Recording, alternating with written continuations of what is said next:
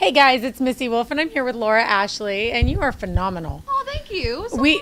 You know what's funny is I'm just going to jump right in, so I hope you don't mind. Yeah. When I was listening to you downstairs, we're at Alley Taps. It's the last day of CMA Fest, by the way, for those of you who are at home watching. Before you played the song that I'm gonna talk about, Gunpowder and Lead. Before you play that, I'm sitting there thinking, gosh. She has one of those voices, and she's so sassy and edgy. I bet she could play Miranda Lambert like that. And then immediately you're like, who doesn't love Miranda Lambert? And you played that, and I'm like, good girl. I was so excited. I was so excited, though. I got this big smile on my face, and I don't know if you saw it. I think I caught it. She likes this song. I was like, oh my God, I'm so excited.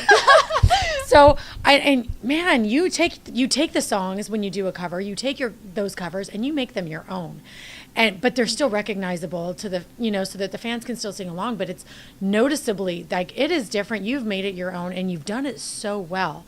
So I want to know, do you practice that a lot? Because I don't really ever practice doing them a different way. It's just after you practice them so many times, you want to change it up a little bit because you want the song to still be new and to still have an influence on you. So if you do it the same way every time, it just it ends up just meaning less and less to me. So really, just all the practicing, I just try different things every time and see what feels good, see what's fun, see what people like. So yeah, it's just a big experiment. All of this. Well, the cover you did of Cam, Burning House. Burning House. Yes. I don't know why I always want to change the name of that song, but Burning House, I loved it. Oh my gosh, I loved it, and I loved it more than the original. I did. I'm sorry. No, I did. I did. You have one of those voices that I have a deep voice when I talk. I'm like, and you don't. You're like this high, It's weird. I don't know But why. then when you sing, I'm like, oh my gosh. Is that a man or a woman? No, I'm just like, you have so much just soul to your voice too. Thank and so you. much. And when did you discover your talents? Well, it's funny. I was doing opera actually for the longest time, and I grew up doing classical music, and I didn't think that I could pull off country. I just thought, well, God gave me a classical voice. I'm gonna do classical music, and finally enough, people kind of said you should look into country, it was really the people believing in me, not myself believing in me, that got me to kind of switch to country. And so, really, I've only been doing country music for 2.5, close to 3 years, part-time with school.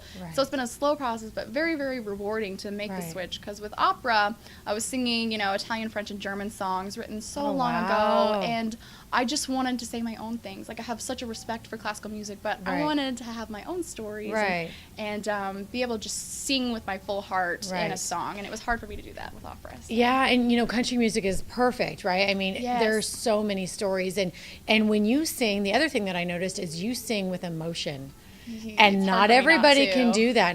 But not everybody can do that, and you do it really well, and you make the story just really believable and relatable. Like, okay, these things happened, so I love that. I love that about you. I appreciate that. I don't always get feedback, so this is nice to hear. Oh no, it's great, and your stage presence is really great, and I love that you're so appreciative, in between your songs and stuff, and you're so cute and sassy up on that stage. Thank you. I love it. It's fun. Just some people that I've met purely from social media and never have met in person will come to shows sometimes, and it's just crazy meeting people for the first time. In person that you meet digitally, it's always really, really crazy, but it's just so neat, and I am so thankful that people would be willing to take any amount of time out of their day to just come say hi. So. And we've heard that a lot, especially during CMA Fest. All the artists are like, no, it's about the fans. And all the fans are like, it's about every artist that we want to see.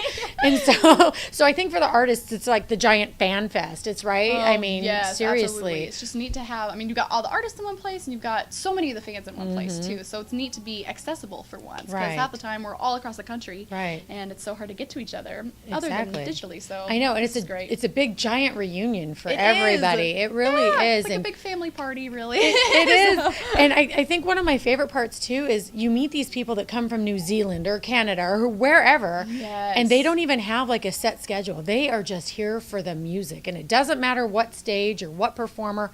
They're just here for the good music. Absolutely. And I mean, it's here by tons and tons and tons of music everywhere, up and down every street. It doesn't stop. It doesn't stop, every stage. And we're here in Alley Taps and the Iceman. You've been on the Iceman's show before, So What is that like for you? Because that man has put a lot of heart and soul into his work, making sure that the independent artists and the new and upcoming artists have a platform. I have so much respect for him, and he's got a work ethic like no other. He's been telling me he's only been getting a couple hours of sleep each night that he's here, and we can attest to that because we see him here till 1 o'clock in the morning. Yeah, sometimes he's here later than we are. Yeah. Yeah. So he's so busy, but it's just so incredible that he has so much passion to really give himself like that to so many other people, and it's just amazing. He's a very giving person, and I just can't say enough good things about him. He's just amazing. If I had a work ethic like him, I think I would have made it like 5 years ago. But oh my gosh, stop. You're doing so well though. You have a great Twitter following. You have like over 40,000 fans, and I mean that number's just going to keep growing because I hope so. It absolutely is. And so you have Facebook, you have Twitter, what else? Instagram. I do have Snapchat. Don't all use right, it all as right. much, but I will. We're both kind of learning Snapchat. We were just discussing that off camera, you guys. So don't hate. But if you have any tips, you want to teach us how to use it, that would be definitely welcomed because we have no idea what we're doing with Snapchat. No, but so, and do you have albums out? You have... I'm working on an EP. It should be done by the end of the summer. It's just taken me a while. Oh, it's all good. I'm way too much of a perfectionist, so I'm so picky about everything that I do. Well, I mean, it needs to be perfect. You don't want to just rush and put something out there that it's kind of half-hearted, right? Exactly. I mean, you want to make sure that you're giving the fans Yeah. what they want and what you want them to have. So that's perfect. What I put out will have a lot of heart in it. So right now, do you have any single releases that they can download right now? I have 4, 3. See, look at that. So it's like combine them. It's like a little EP, right? Yeah, absolutely. Yeah, There you go. Have them all. Go download them all.